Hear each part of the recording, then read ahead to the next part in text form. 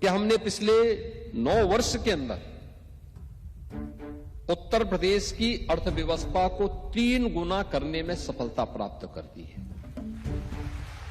यानी कृतज्ञता का भाव अपनी मातृभूमि और अपनी भूमि के प्रति जब होता है तो सफलता प्राप्त करने में देर नहीं लगती।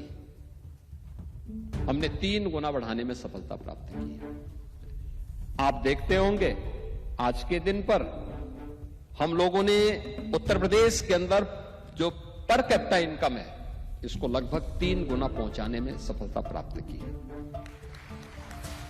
उत्तर प्रदेश के बारे में जो आज से 9 वर्ष पहले लोग बीमारू राज्य के रूप में कहते थे, बिहार, मध्य प्रदेश, राजस्थान और उत्तर प्रदेश को मिलाकर के उत्तर भारत के इन 4 राज्यों को मिलाकर के जो वर्तमान में 6 राज्य के रूप में है, जिसमें उत्तराखंड भी और झारखंड भी और छत्तीसगढ़ भी, ये 7 राज्य इसके साथ जुड़े हुए हैं। इनको एक बीमारू राज्य की श्रेणी में ला करके एक बड़ी आबादी को मानसिक रूप से बीमार बनाने की कुत्सित चेष्टा का हिस्सा बना दिया गया था। 80 के दशक में शब्द निकला था, याद करिए 80 के दशक में, और लगातार इस भाव से ग्रसित थे। याद करिए ना, कभी भारत के एक सुप्रसिद्ध वैज्ञानिक जगदीश चंद्र बसु ने इस बात को कहा था। उन्होंने कहा मनुष्य में तो कोई भेद होना ही नहीं चाहिए, और ये भेद अगर हम करते हैं तो ईश्वर के प्रति हम भेदभाव करते हैं। और उस समय उन्होंने कहा था, अरे मनुष्य की बात तो दूर, एक जड़ और चेतन के बीच में भी अगर ये भेदभाव होता है तो उसका प्रभाव क्या होता है। उन्होंने कहा, मैं इसका उदाहरण देता हूं। उन्होंने 2 पेड़ लगाए थे, 2 पौधे एक साथ लगाए।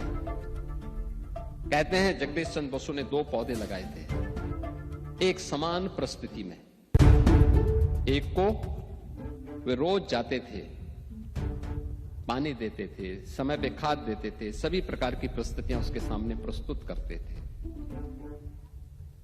उन्हें पुचकारते थे कि तो बड़ा होगा, फलेगा, फूलेगा, खूब आगे बढ़ेगा, तेरे आगे की पीढ़ियां बढ़ेंगी।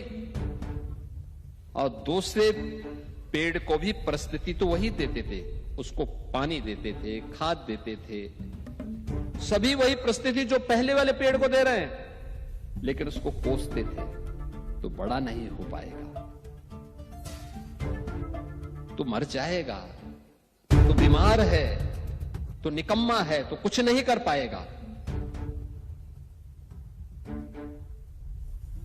उसने देखा एक समय तक दोनों पेड़ समान रूप से आगे बढ़े, लेकिन एक समय के बाद जिसको पुचकारते थे वो बढ़ता गया, फलने लग गया, लेकिन जिसको कोसते थे वो एक समय के बाद बड़ा तो हुआ, कुछ देर तक बड़ा होता गया, लेकिन फिर सूखते सूखते ठूंठ बन गया, अंत में उसकी लीला समाप्त हो गई। और यही अगर एक पेड़ के साथ हो सकता है तो जीव और उसमें भी मनुष्य के साथ जब भेदभाव होगा तो उसकी स्थिति भी यही होती है। हम सबको इस बारे में ध्यान रखना होगा कि भारत कभी भी इन बातों को प्रोत्साहित नहीं करता है, कभी नहीं करता है। और अगर आपको देखना हो, हमारे पर्व और त्योहार उस बात के उदाहरण हैं जहां पे एक समरसता हम सब के बीच में दिखती है। और पर्व त्योहार के पीछे की मान्यता भी यही है, सब एक साथ मिल करके, एक छत के नीचे मिल करके उस आयोजन में सहभागी बने। उसके पीछे का उद्देश्य भी यही होता है।